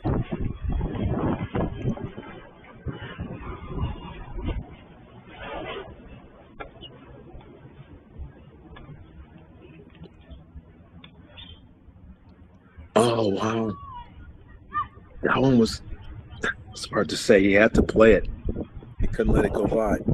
Hard to say whether that was going to be on the line, just wide, or just in. A little indecisiveness and just kind of scrambling.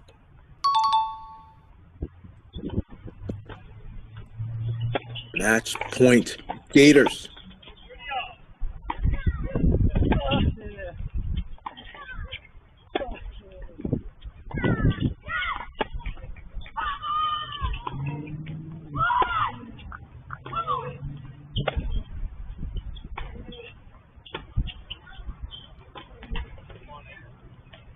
Oh, and Loben Sels hangs in there. Shows some grit.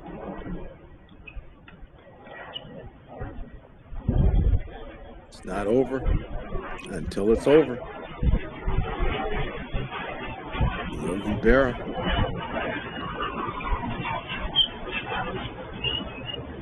So now for the first time, Jeremy Jin will have a little bit of a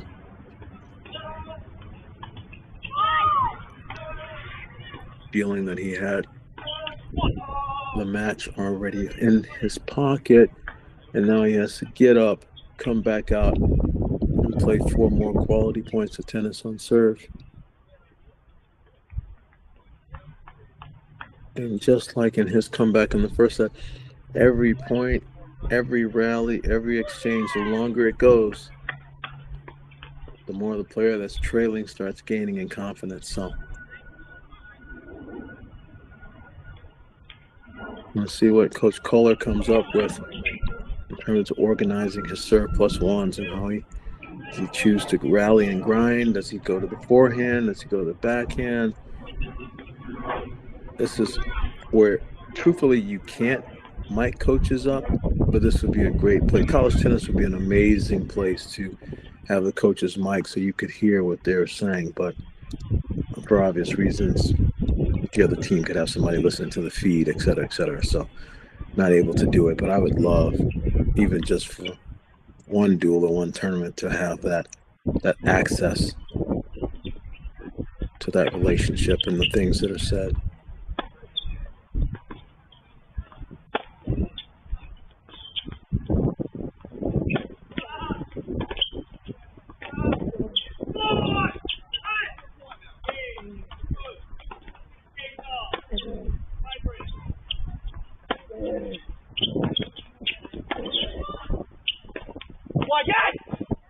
That goes wide. That's one.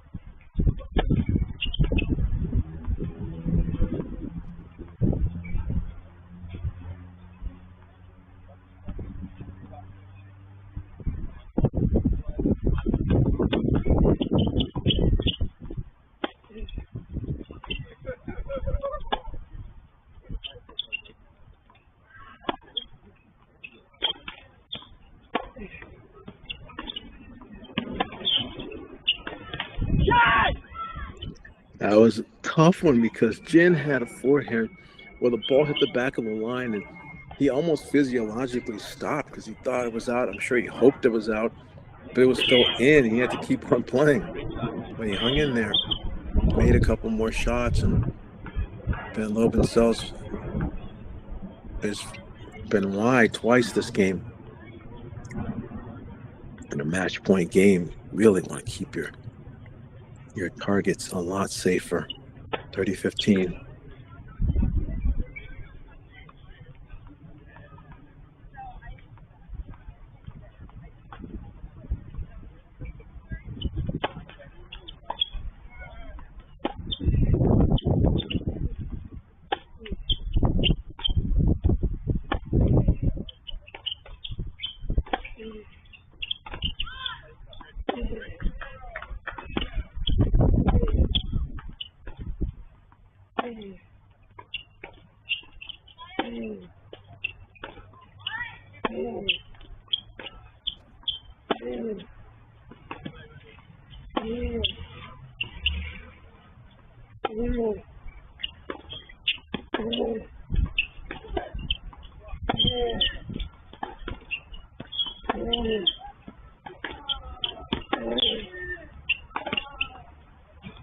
Oh my goodness.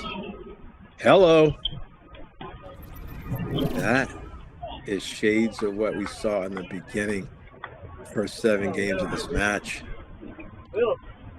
Good rhythm there, nice balance. Hopefully he hasn't found his killer forehand too late.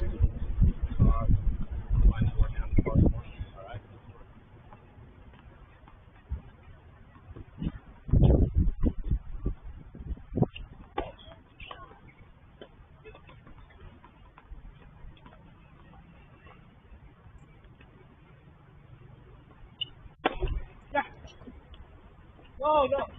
Hold on. One. No way.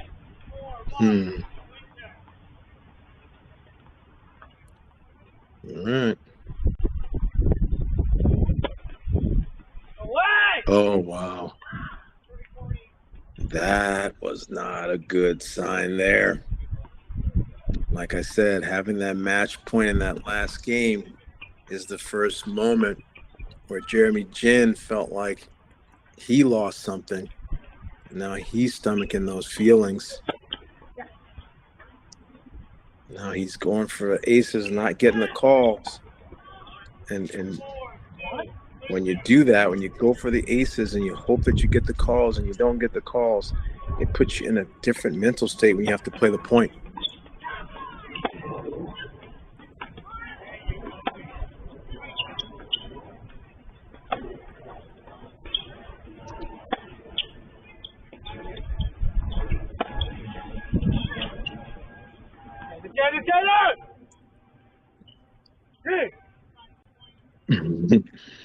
And I was just barely out. People out, I was only 2 inches out, but in this circumstance, that was OUWT out. Okay, Jeremy Jin now. 2 games in a row. 2 match points, 2 games in a row. Both deciding points. The first one as a returner, and this time as a server. He goes big again. I just don't think he's an Isner, Kyrgios type of server.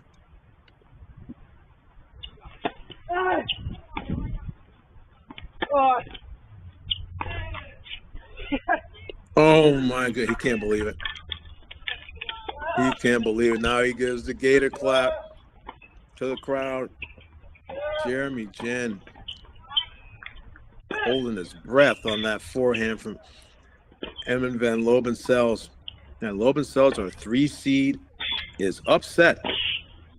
Jeremy Jin, junior from Australia, 7'6", 6'2", comes back from 5'2" in resounding fashion, holds it together, has a match point, doesn't get it done, gets deep in this game, And it was close, but he is a one happy camper. He kept it together. You couldn't tell from his body language what was going on, how he was feeling, but you can tell now the happiness and the elation. Coach Keller did a wonderful job working his star player through those moments.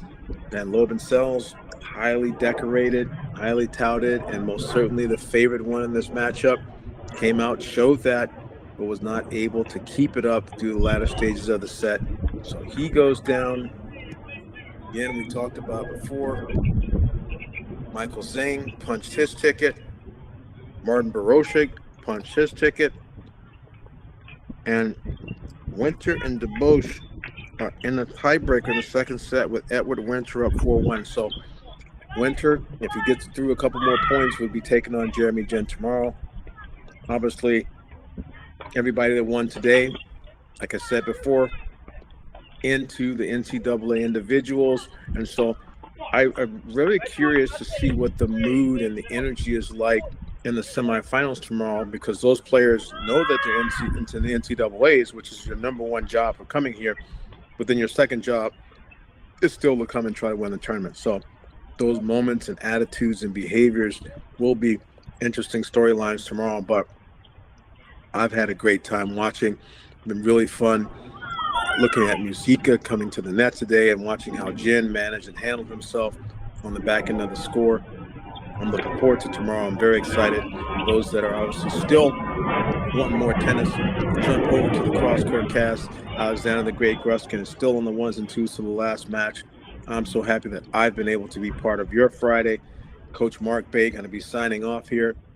I think obviously 2025 ITA Conference Masters, the entire team, Cody, Zach, Dave Mullins, everybody back there at the main ranch for the ITA, doing all these things to make these tournaments possible. This is all a lot of new tennis and new events that have been extremely difficult to administer and execute, and they've been doing it flawlessly. So congrats to them on all this new programming and how it's rolled out.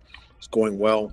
Obviously this weekend we'll punch the last sets of tickets, but I am actually very excited about how this one finishes up, and also staying tuned for the NCAA championships that are coming up later. So myself, Daniel Westhoff, we're signing off today. We'll see you tomorrow in the semis, but all 4 of those players will have punched their ticket to the actual NCAA championship. You've been watching the 2025 ITA Conference Masters on Crack Racquets. So proud of you. So proud of you. You're always, under the integrity of the swing, the way you're at position, you just at different levels. You're good stuff. Really good stuff. Thanks for making an easy day on me.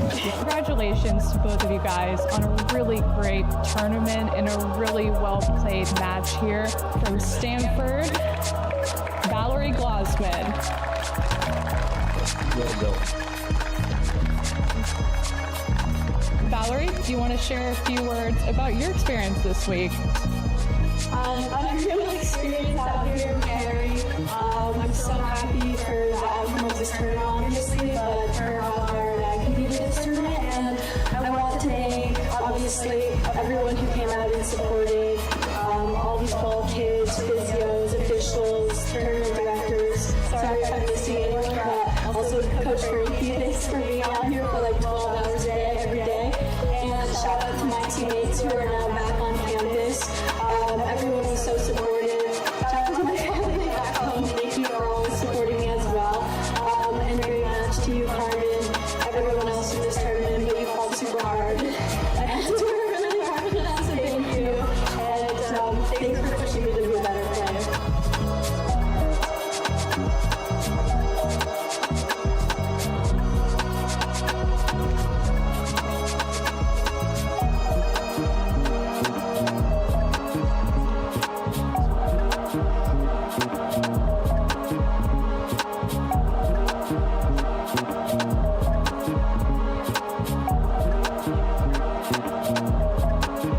Hi coaches, Dave Mullins here, ITA CEO and President. I hope you had a lovely summer and preparations for the college season ahead are going well. I know you have a lot on your plate and your minds as you're trying to navigate all the uncertainties of college athletics right now. It's been a very busy summer for us here at the ITA. We are trying to identify ways in which we can best support the infrastructure of college tennis moving forward with all these uncertainties swirling around us. We're in the process of updating the ITA bylaws to help us become more efficient and build for the increased demands and professionalization of NCAA Division I sports in particular. So please be on the lookout for those bylaws, as we need your participation in the voting process as ITA members. We also continue to discuss with the USTA ways in which they might consider being more involved in college tennis moving forward. They've actually engaged the services of a consulting group to do an analysis of the best way to potentially dedicate additional resources in the most effective way possible to help college tennis navigate the current threats facing Olympic sports. The ITA looks forward to playing a key role in executing the recommendations coming out of this study, and are also working alongside the other Olympic sport associations to lobby the federal government on supporting broad-based sponsorship and funding of Olympic sports moving forward.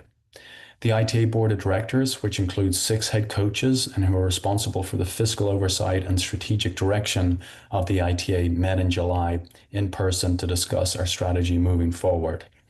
We are trying to be very deliberate about our next steps. We don't want to move too early or too late on some very important topics.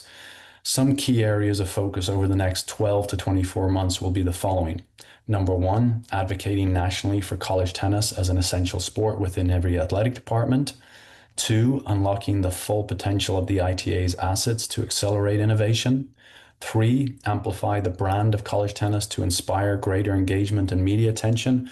The board actually approved additional funds to go towards our marketing efforts, and we look forward to sharing new initiatives with you later this fall and into the spring. And then lastly, optimize the ITA's technology infrastructure to support the growth and advancement of college tennis. So I know some of that sounds like corporate speak. I get that. I will provide a more comprehensive update later this fall. Like I said, just lots of moving pieces going on right now, and we want to get it right. So thanks again for taking a few minutes to listen to this update.